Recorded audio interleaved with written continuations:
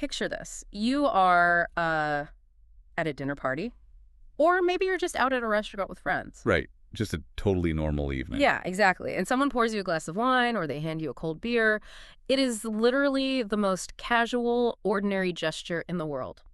We do it all the time without a second thought. Oh, absolutely. But I want you to take that mental image, that totally normal, modern social gathering, and rewind the clock.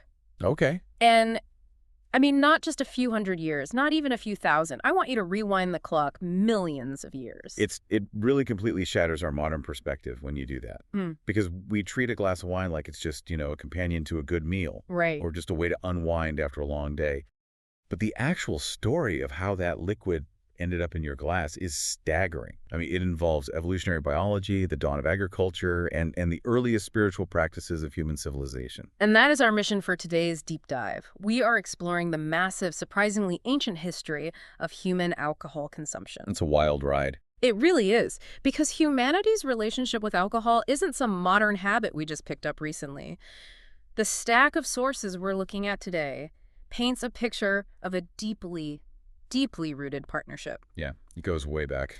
So, okay, let's unpack this. We're going to take you on a journey from tipsy prehistoric primates wandering the jungle to cave-dwelling brewers, all the way to the incredibly strict, literally life or death consumer protection laws of ancient Babylon. And what's fascinating here is the overarching theme across all these sources is that our relationship with alcohol was never an accident. Right. It wasn't some biological mistake. The evidence strongly suggests that alcohol actually shaped our biology. It very likely drove early agriculture, and it formed the spiritual foundation of human civilization itself. Which is just crazy to think about. To understand why humans ever decided to brew a drink in the first place, we actually have to start with our bodies. Specifically, our livers. Yes, because why don't our bodies just shut down when we consume ethanol?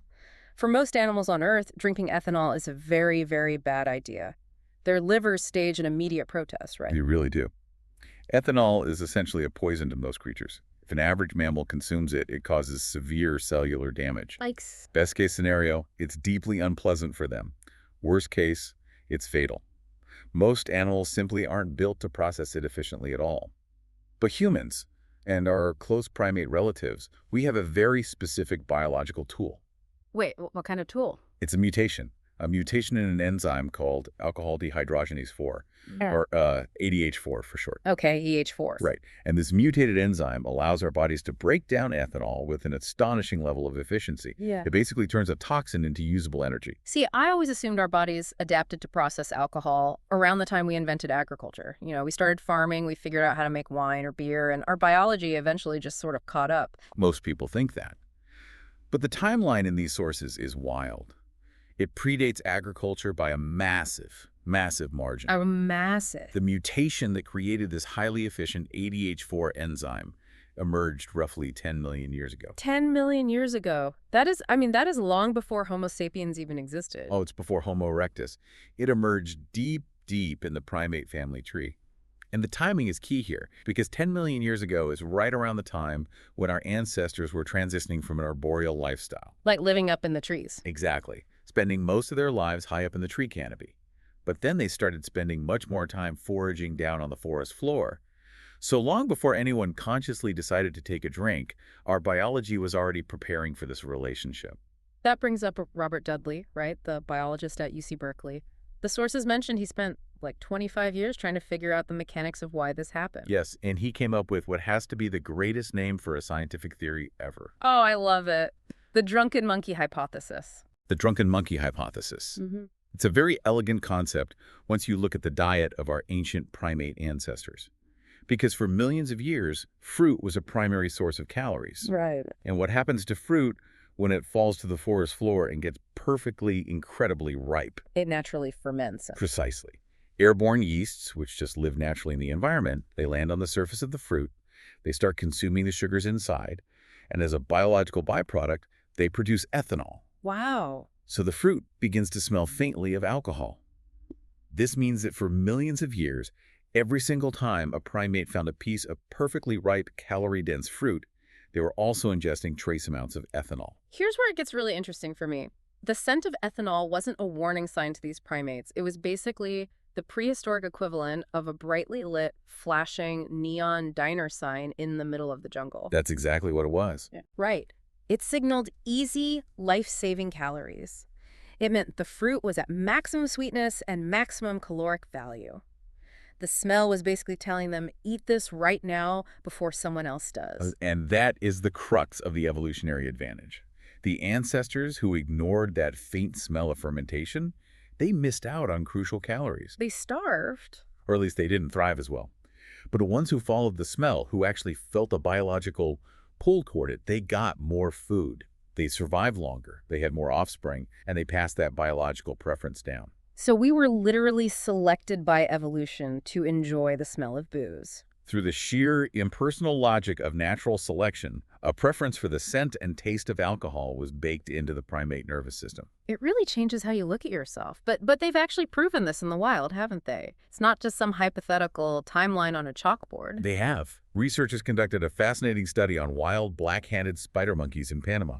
They actually collected the exact fruits these monkeys were actively foraging for and tested them. The preferred fruit regularly contained between 1% and 2% alcohol by volume. No way. Yes. And more importantly, when they analyzed the monkey's urine, they found secondary metabolites of ethanol. Okay, let's clarify what that means for the listener, because secondary metabolites sounds incredibly technical. Sure. Basically, when your body breaks down a chemical, it leaves behind specific chemical leftovers. Those are the secondary metabolites. Got it. Finding them proves that the monkeys' bodies were actively breaking down and using the alcohol for energy. It wasn't just passing through their system unabsorbed. And chimpanzees in the Ivory Coast, too. The sources mention that their typical daily fruit diet exposes them to the equivalent of 1 to 2 full human drinks every single day. Just by eating their normal food. Imagine if your morning bowl of oatmeal just naturally gave you a mild buzz. They aren't going out of their way to party, they're literally just having breakfast. It clearly demonstrates that the biological pull was firmly in place millions of years before human beings intentionally fermented anything. Biology laid the groundwork. But deciding to deliberately recreate that process, that is a totally different story. That requires a massive cognitive leap. Because you have to observe the natural world, understand the variables, and intentionally reproduce a complex chemical process. Exactly. That requires early science. So biology gave us the equipment, but we eventually had to decide to use it. Which brings us to an incredible discovery in a cave in modern-day Israel, roughly 13,000 years ago. The Rakafet Cave. Yes, this period, between 15,000 and 11,500 years ago, was home to a group of people known as the Natufians. To set the scene for you listening, these weren't primitive cavemen grunting around a fire. The Natufians were complex, semi-nomadic hunter-gatherers. They buried their dead with beds of flowers. They kept domesticated dogs as companions. Yeah. They were incredibly smart, socially complex people living on the cusp of major societal change. And inside this burial cave, alongside human remains, researchers found large carved stone mortars. A team led by Stanford archaeologist Li Lu analyzed the microscopic residue left inside these 13,000-year-old stone bowls. What were they looking for? They were looking for starch granules and something called phytoliths. Phytoliths, those are essentially microscopic silica structures found in plant tissues, right? Yeah. Like fossilized fingerprints that tell you exactly what kind of plants were there. Yes, exactly. They are incredibly durable plant fossils. Mm-hmm. And by examining the specific damage to these starch granules and phytoliths, the researchers could prove that the Natufians weren't just grinding grain to make bread. Oh, wow. The chemical signatures showed they were making beer, and they were doing it through a highly deliberate, sophisticated, three-stage brewing process. Because they were malting wheat and barley, which is a brilliant piece of chemistry on its own. It really is. For those who don't know, malting is when you soak the grain in water to trick the seed into germinating. That unlocks the complex starches and turns them into simple sugars. Then they mashed and heated it and finally left it out to ferment with wild airborne yeast. The bombshell here is the timeline. This 13,000-year-old brewery predates the invention of agriculture. Right. The Natufians were not farmers. They were foraging for wild grain across the landscape. And instead of just eating all of those hard-earned calories to survive, they were dedicating a significant portion of it to meticulously brew beer for their burial rituals. Wait, hold on. This leads right into Brian Hayden's beer before bread hypothesis. The idea that the desire to produce alcohol might have been the primary motivation behind the agricultural revolution itself. It's a compelling argument. I have to push back on this, though. Let's think about this. Hunter-gatherers were surviving just fine by following the seasons and moving around. True. Farming is miserable, back-breaking work compared to foraging. Why on earth would they invent agriculture, plowing fields, hauling water, settling in one spot just so they can catch a mild buzz? That seems like a massive stretch to me. It does seem like a stretch if you view ancient beer through a modern lens. Yeah. If we connect this to the bigger picture, it was never about just a casual buzz. Okay, then what was it about? Think about what beer actually provided to an ancient community facing the harsh realities of prehistoric life. First, it was a reliable, calorie-dense surplus of food that could be stored. Ah, okay. Second, the boiling and fermentation process created an antimicrobial beverage. It was infinitely safer to drink than local water sources, which were often teeming with dangerous pathogens. So it's safe hydration and liquid calories? And beyond the physical survival aspect, it was heavily tied to their culture. It was essential for sacred communal feasts, for honoring the dead, and for marking major life transitions. I see. The social and spiritual payoff of having a reliable source of this profound, transformative liquid made the monumental, back-breaking effort of agriculture worthwhile. The community cohesion it provided was unparalleled. That makes a lot of sense when you frame it as a survival and social tool, rather than just a luxury. And if this urge to ferment was deeply biological and socially powerful, you'd expect to see it pop up in other places too. Yeah. Like, you put humans anywhere on the planet with some plants and time, and we independently invent a brewery. We are fundamentally and incurably fermentation curious. That's a great way to put it. And the timeline reveals this as a truly global phenomenon. If we look at Jiahu, a Neolithic village in China's Yellow River Valley, roughly 9,000 years ago, researchers analyzed early pottery jars there. What did they find? They found an ancient fermented mixture of rice, honey, hawthorn fruit, and possibly grape. So basically a 9,000-year-old craft cocktail. Pretty much. And at another site in China called Kaotu, also around 9,000 years ago, they found beer made from rice and a grain called Job's tears. What's remarkable here is the mechanism they used. They discovered the earliest known evidence of mold-based fermentation starters. Wait, how does a mold-based starter work compared to just using wild yeast like the Natufians did? It solves a major chemical problem. Wild yeast is great at eating simple sugars, like the ones in ripe fruit or malted grain. But rice and other grains are packed with complex starches that yeast can't easily digest. The mold acts as a chemical scissor. It chops those complex starches down into simple sugars, and then the yeast comes in and ferments those sugars into alcohol. That is genius. It is a highly advanced, two-step biological process, and it is the direct ancestor of the methods still used today to make sake and baijiu. And roughly around the same time, like 8,000 years ago, over in the country of Georgia, scientists found the oldest confirmed wine residue inside large clay jars. And the people of Georgia still proudly use those traditional clay methods today. The crucial takeaway here is that none of these cultures in China, Georgia, or the Eastern Mediterranean were in contact with each other. They weren't sharing notes? No, they didn't trade recipes across continents. They all discovered fermentation entirely independently within roughly the same window of human prehistory, driven by that exact same biological urge. So once people settle down and grow these greens at scale, alcohol stops being just a localized ritual. It scales up. Oh, it scales up massively. It becomes the actual organizing principle of early empires. Mesopotamia is a perfect example of where alcohol turns into a full-blown bureaucratic system. By 3500 BCE at Göbekli Tepe in modern-day Iran, we see evidence of both beer and wine. The archaeological proof for the beer comes in the form of calcium oxalate. Also known as beer stone, right? It's that hard chemical scale that builds up inside brewing vats. It's like a dead giveaway that a container held beer, not just water. Exactly. And the Sumerians took this brewing culture to another level entirely. They turned beer into a literal payroll system. This blew my mind. If you were an average Sumerian laborer building a temple or clearing irrigation channels, your daily ration was 2 liters of beer a day. It was your wages. Imagine your employer paying your salary in thick, nutritious beer. Beer was currency. It was medicine, and it was deeply woven into their religion. The Sumerians revered it so much they dedicated an entire goddess to it. Ninkasi. Inkasi, whose name translates to the lady who fills the mouth. Yes, and around 1800 BCE, they wrote the hymn to Ninkasi. See, to me, this wasn't just a religious poem. It was essentially a catchy pop jingle that doubled as an incredibly precise, civilization-sustaining instructional manual. That's a really good analogy. Because when most of your population can't read or write, how do you preserve a complex chemical recipe for generations? You turn it into a song. Exactly. Woven directly into the verses of this religious hymn was a step-by-step brewing recipe. It details the malting of grain, baking it into a specialized bread, soaking it, and fermenting it. And it actually works, doesn't it? Yes. The instructions were so mechanically sound that in 1989, Fritz Mag of Anchor Brewing successfully recreated it in a modern facility. That's amazing. How did it taste? The resulting beer had an ABV of about 3.5% and apparently tasted like a mix of champagne and dates. Wow. Almost 4,000 years after it was written, the recipe still worked flawlessly. So what does this all mean? The Babylonians, who came after the Sumerians, took this obsession even further. They documented 70 different varieties of beer. They were serious about their brewing.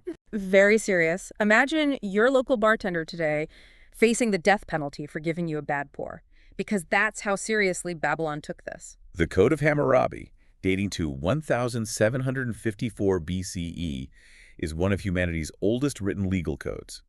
And nestled right in there are strict consumer protection laws for taverns. Which were run by women, usually, right? Often, yes. Uh-huh. And if a tavern owner was caught watering down their beer to cheat a customer, the punishment was being thrown into the river.